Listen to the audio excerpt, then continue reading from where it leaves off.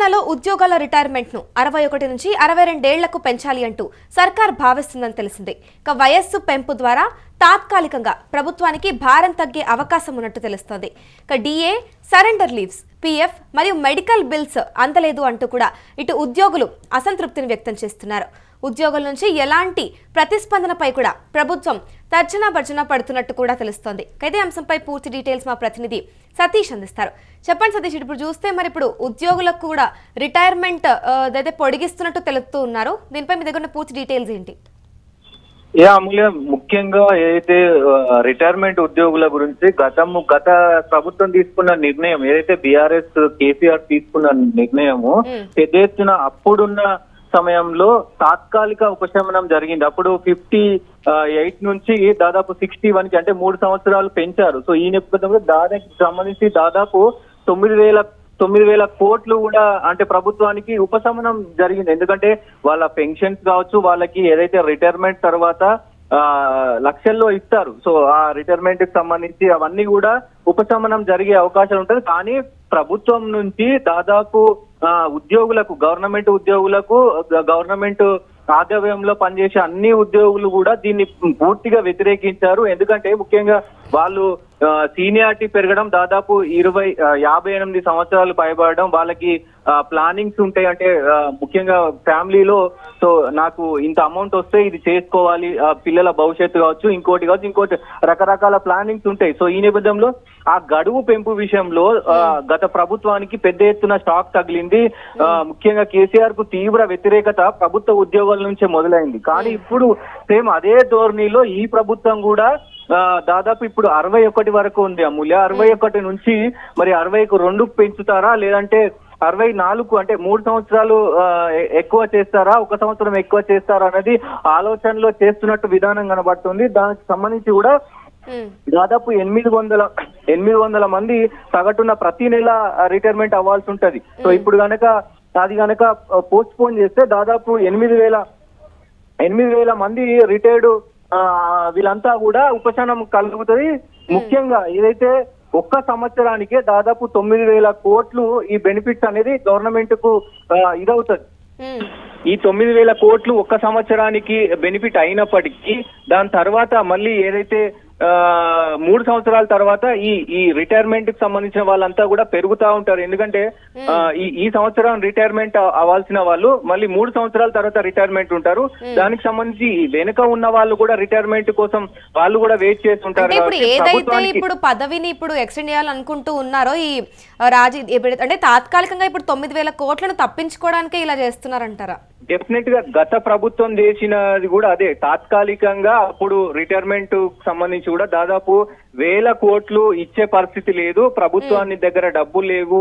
So ఈ నేపథ్యంలోనే అలాంటి నిర్ణయం తీసుకొని తాత్కాలిక ఉపశమనం కల్పించారు. సో 58గా ఉన్నటువంటి ఏదైతే ఏజ్ లిమిట్ ఉందో దాన్ని 61గా చేశారు. సో అప్పుడు తాత్కాలికంగా అయిపోయింది. సో తర్వాత గవర్నమెంట్ చేంజ్ అయింది. ఇప్పుడు ఒకవేళ ఈ నిర్ణయం ఇలాగే కొనసాగితే సో 61 వరకు ఉన్న వాళ్ళు ఇప్పటికే దాదాపు చాలా మంది ఉన్నారు. సో 800 మంది ఇప్పటికే రిటైర్ అవ్వాల్సి ఉండగా, కాకపోతే దాదాపు మొత్తం కూడా 9,000 మందికి ఉంటది అమూల్య. సో వీళ్ళందరూ కూడా నెల అవ్వాల్సిన వాళ్ళు, ఒక నెల అంటే ఈ మంత్ అయిన వాళ్ళు మళ్ళీ నెక్స్ట్ మంత్ వాళ్ళ ఏజ్ లిమిట్ అయిపోతుంది. సో ఇట్లా మొత్తం చూసుకుంటే కనుక దాదాపు వందల కోట్లు, దాదాపు 9,000 పైన కోట్లు. సో ముఖ్యంగా ఇవన్నీ కూడా గవర్నమెంట్ కి బటన్ అవుతుంది. దాంట్లో ముఖ్యంగా ఏదైతే ఈ రిటైర్మెంట్ సమయంలో వాళ్ళకి ఇచ్చే అమౌంట్ ఏదైతే లక్షల్లో ఉంటుంది, దాదాపు కొంతమందికి 50 లక్షలు ఇస్తా ఉంటారు, కొంతమంది ₹1 కోటి ఇస్తా ఉంటారు. మళ్ళీ పెన్షన్ బెనిఫిట్ అంటే పని చేయకుండా వాళ్ళకు సగం హాఫ్ శాలరీ ఇస్తారు.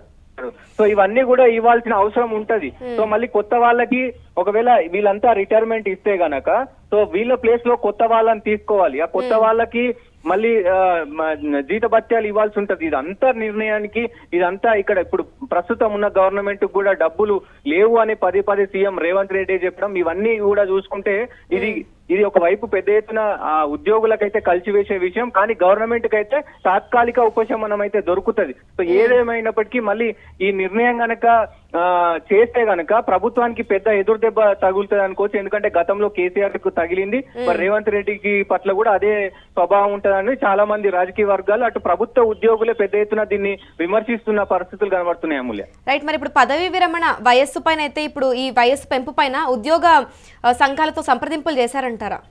చేస్తున్నారు. అదే దానికే అంటే ఇప్పటికే అమూల్య గతంలో ఏదైతే 58 నుంచి 61 చేసినప్పుడే తీవ్ర ఆందోళన చేశారు ఈ ఉద్యోగులు అంటే సచివాలయంలో కావచ్చు, మొత్తం కలెక్టరేట్ లో కావచ్చు, వీళ్ళందరూ కూడా పెద్ద ఎత్తున కేసీఆర్ పైన ఒక ఉద్యమమే చేశారు.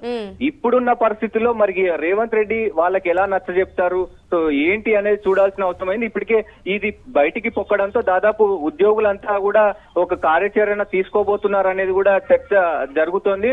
లోపల ప్రభుత్వానికి వ్యతిరేకంగా వీళ్ళంతా కూడా ఒక టీమ్ గా ఏర్పడుతున్నారు. అట్లాగే ప్రభుత్వం కూడా ఉన్న స్థితులను కూడా వివరిస్తుంది వాళ్ళకి. ఇప్పుడు ఫైనాన్షియల్ గా గవర్నమెంట్ ఎలా ఉంది, గవర్నమెంట్ దగ్గర డబ్బులు లేవు, మీరు మాకు సహకరించాలి, మీరు సహకరిస్తే గనక మీకు వచ్చే బెనిఫిట్ తో పాటు ఎక్స్ట్రా బెనిఫిట్ కూడా మేము ఇస్తామంటూ భరోసా కల్పించే ప్రయత్నం ప్రభుత్వం చేస్తుంది. రేవంత్ రెడ్డి కూడా డైరెక్ట్ వాళ్ళతో మాట్లాడే ప్రయత్నం చేస్తా ఉన్నారు. ఏదేమైనప్పటికీ మరి ఏం నిర్ణయం తీసుకోబోతున్నారు, మరి లేదంటే వెనక్కి తగ్గుతారా, సో కోర్టు ఏం చెప్పబోతుంది అనేది కూడా ఎందుకంటే దీంట్లో ముఖ్యంగా సుప్రీంకోర్టు కూడా కీలకంగా మారింది అమూల్య. సుప్రీంకోర్టు మరి గైడ్ లైన్స్ ఎలా ఇస్తారు, ఇప్పటికే 58 ని 61 చేశారు, 61 ని మరి 62 కి చేస్తారా, 64 కి చేస్తారా అనేది మరి సుప్రీంకోర్టు మీద ఇది ఆధారపడి ఉంది. సుప్రీంకోర్టు గనక గ్రీన్ సిగ్నల్ ఇస్తే ప్రభుత్వానికి తాత్కాలిక ఉపశమనం దొరికినట్టే. కానీ వచ్చే గవర్నమెంట్ ఏదైతే వస్తుందో దానికి మళ్ళా పెద్ద ఎత్తున అమౌంట్ కూడబెట్టాల్సిన అవసరం ఉంటది. ప్రభుత్వానికి పెద్ద ఎత్తున భారం పడుతుంది. కాబట్టి ఇవన్నీ ఒక ఇది ఉంటది. కాబట్టి మరి అటు కోర్టు ఏం చెప్తుంది, ఇటు గవర్నమెంట్ ఎలా వీళ్ళని సద్దుమణిగే ప్రయత్నం చేస్తుంది అనేది కూడా చూడాల్సిన అవసరం ఉంటది Amulya. Right, thank you Satish. ప్రస్తుతం చూసుకుంటే తెలంగాణ ప్రభుత్వం ఉద్యోగుల పదవి విరమణ వయస్సును 61 నుంచి 62 ఏళ్లకు పెంచాలి అంటూ ప్రభుత్వం భావిస్తున్నట్లు ప్రచారం జరుగుతుంది.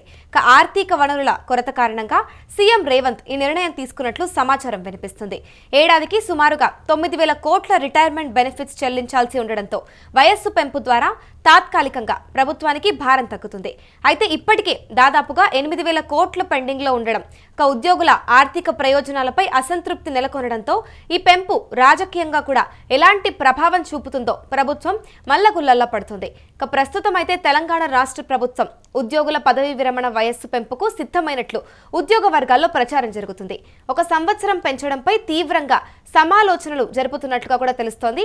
ప్రస్తుతం 61 ఏళ్లుగా ఉన్న పదవీ విరమణ వయస్సును 62 ఏళ్లకు పెంచితే కలిగే ఆర్థిక వెసులుబాటు, రాజకీయ ప్రయోజనాలపై ప్రభుత్వ వర్గాలు ఆరా తీస్తున్నాయి. రాష్ట్రంలో నెలకొన్న ఆర్థిక వనరుల కొరతే ఈ ఆలోచనకు ప్రధాన కారణమని తెలుస్తోంది. ప్రభుత్వం ఆర్థిక శాఖ నుంచి ఈ ఆర్థిక సంవత్సరంలో పదవీ విరమణ చేయనున్న ఉద్యోగుల జాబితా, వారికి చెల్లించాల్సిన నిధుల వివరాలను తెప్పించుకొని పరిశీలిస్తోంది. ప్రతి నెల సగటున 800 మంది, ఏడాదిలో సుమారుగా 9,000 మంది ఉద్యోగులు రిటైర్ కానున్నారు. వీరందరికీ దాదాపుగా 9,000 కోట్ల వరకు రిటైర్మెంట్ బెనిఫిట్స్ చెల్లించాల్సి ఉంటుంది. ప్రస్తుతం ఈ నిధులు సమకూర్చడం ప్రభుత్వానికి కష్టంగా మారింది.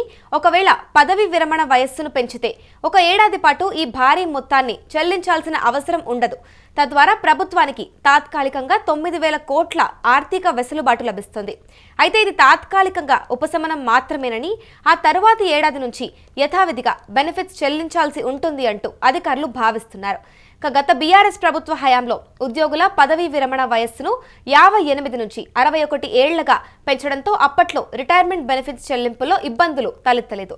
అయితే కాంగ్రెస్ ప్రభుత్వం అధికారంలోకి వచ్చిన తర్వాత 2024 ఏప్రిల్ నుంచి సుమారు 12,000 మంది ఉద్యోగులు పదవీ విరమణ చేశారు. వీరందరికీ చెల్లించాల్సిన సుమారు 8,000 కోట్ల ఆర్థిక వనరుల కొరత కారణంగా పెండింగ్ లో పడ్డాయి. ఇతర సంక్షేమ పథకాలకు నిధులు కేటాయించాల్సి రావడంతో ఈ చెల్లింపులు మరింత ఆలస్యం అవుతున్నాయి. ఈ నేపథ్యంలోనే మరింత ఆర్థిక భారం పడకుండా పెంపుకు సిద్ధమైనట్లుగా కూడా తెలుస్తోంది.